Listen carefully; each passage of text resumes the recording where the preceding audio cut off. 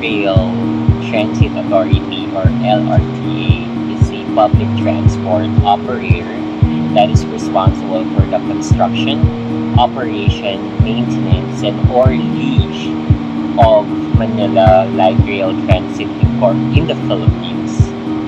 It is organized as a government-owned and controlled corporation under the Department of Transportation, or DOTR, as an attached agency.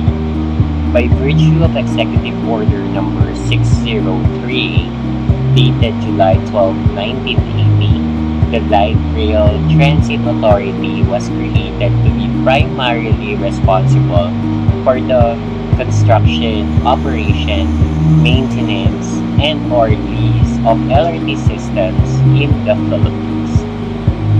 For the vision, by 2030, the leading authority for the construction, operations, and maintenance of LRT systems, which enables safe, comfortable, and sustainable transportation in the Philippines. Mission: to enhance people mobility and provide world-class light rail transport systems that are sensitive, inclusive, and committed to service excellence. We chose LRTA as our GOCC because of its proven track record in managing the public light rail transit that becomes helpful to all Filipinos in terms of transportation, to construction, design, and maintaining the urban rail infrastructure, make it a reliable choice for the government to entrust this with such responsibilities. Moreover, LRTA strives to determine passengers' perceptions, their actual and future needs, and expectations to meet their requirements. Top management ensures they give due consideration to the customers' and legal requirements, and that they are determined, understood, and consistently met. It also reflects a strategic approach to addressing urban transportation challenges and prioritizing the public interest in enhancing mobility and accessibility. This research focuses on the role of LRTA, examining its structural organization, operational strategies, and upcoming programs, projects, financial matters, and socio-economic impact. By looking at how LRTA works with rules, policies, and community impact, we gain valuable insights that will serve as our conclusion and recommendation as a group. We explore how LRTA shapes city life and how it makes it more efficient, accessible, and fair for everyone. Organizational chart of LRTA Board of Directors formulates policies, prescribe, and promulgates the rules and regulation for the attainment of the objectives of the authority.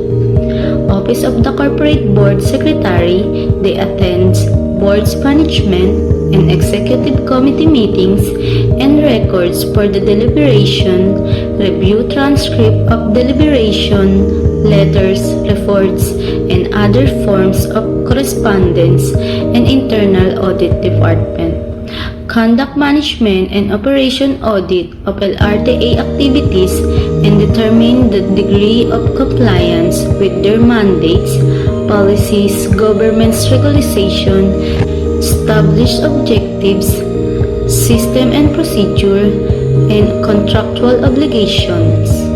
Office of the Administrator, Legal, Planning, Business Development, and Public Relations Department implements, enforces, and applies the policy, plans, standards, guidelines, procedure, decision, rules and regulation issue, prescribed of adopted by LRTA, DOTC, and the Office of the President.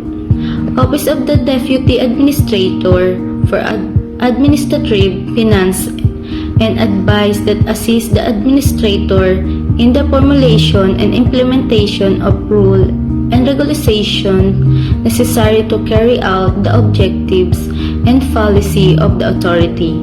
Concern administrative finance, planning, and automated fare collection system. Automated fare collection system service department supervise ticket sales and production, ticket sorting and encoding using ticket sorting and issuing equipment for line 1 and encoder sorter machine for line.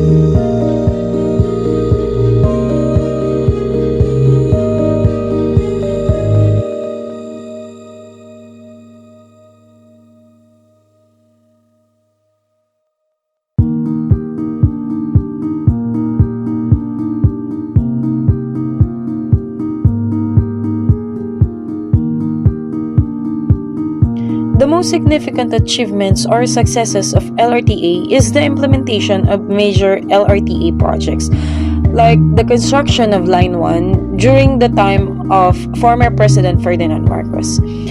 These are the significant achievements in fulfilling their mandate, which is the railway infrastructure development and implementation.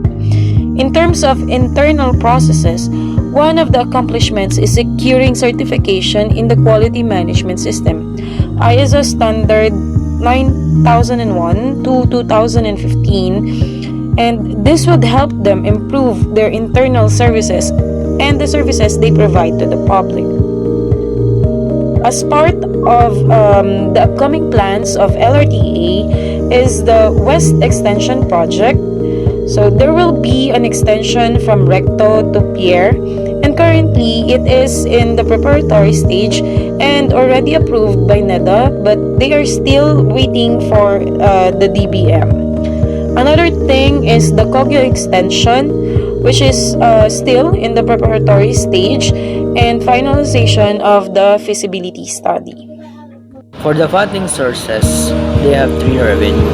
Number one is fare revenue or rail revenue. They are getting this from selling tickets. They use these funds for operational expenses. Number two is non-rail revenue or non-rail business income. Revenue from lease and rentals, non-rail business activities. Example, food stalls within the stations. Number three is national government subsidy, a funding source that they are getting from the national government. This is to support just in case there will be a limitation in rail revenue and non-rail revenue. They use the funds to sustain the big projects and rehabilitation projects. How does the LRTA ensure transparency and accountability in its financial management practices? COA is the one that monitors the budget that LRTA asks, especially if it's through the national government. Every quarter, they submit their reports about the utilization rate of the budget. Apart from that, GCG or Governance Commission for GOCC has tools that they use to monitor and disclose financial activities, including financial accomplishment. They are also posting it through the LRTA website as part of the transparency. For LRTA, that is one of the biggest challenges that they faced is the change in policy direction. If there will be changes in policy direction, the implementation of each project might be delayed. For example, in the previous administration, they wanted to do the PPP or public-private partnership. All the efforts of agencies will focus on PPP, meaning that all the projects will align on the PPP. Then, if ever there is a new administration, if the focus that we have is not on PPP, different policy again, the continuity of each project would affect.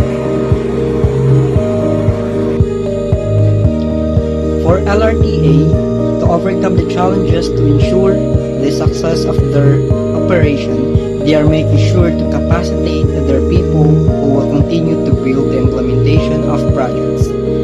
If ever there will be changes in policy or administration, people are equipped so that they can be flexible and adjustable to any situation.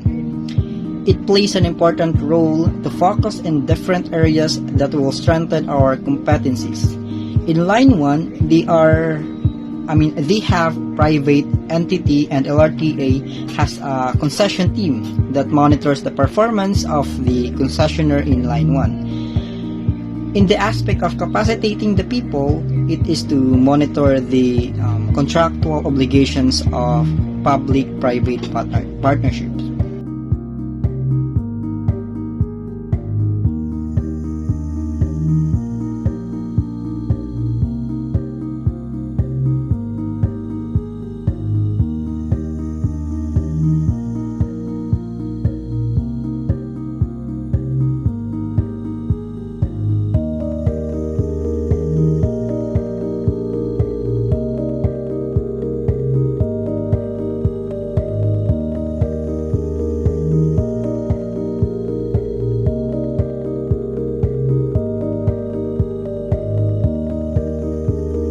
After our interview session with LRTA, we learned that they have good upcoming projects. We hope that the process in terms of funding source will be faster because many people will truly benefit, which will help in speeding up transportation here in our country. And we believe that LRTA can enhance its operation and services through a combination of strategic initiatives and operational improvements. LRTA can position itself as a leader in sustainable urban transportation by delivering safe, reliable, and inclusive services that contribute to the overall well-being and prosperity of the communities it serves.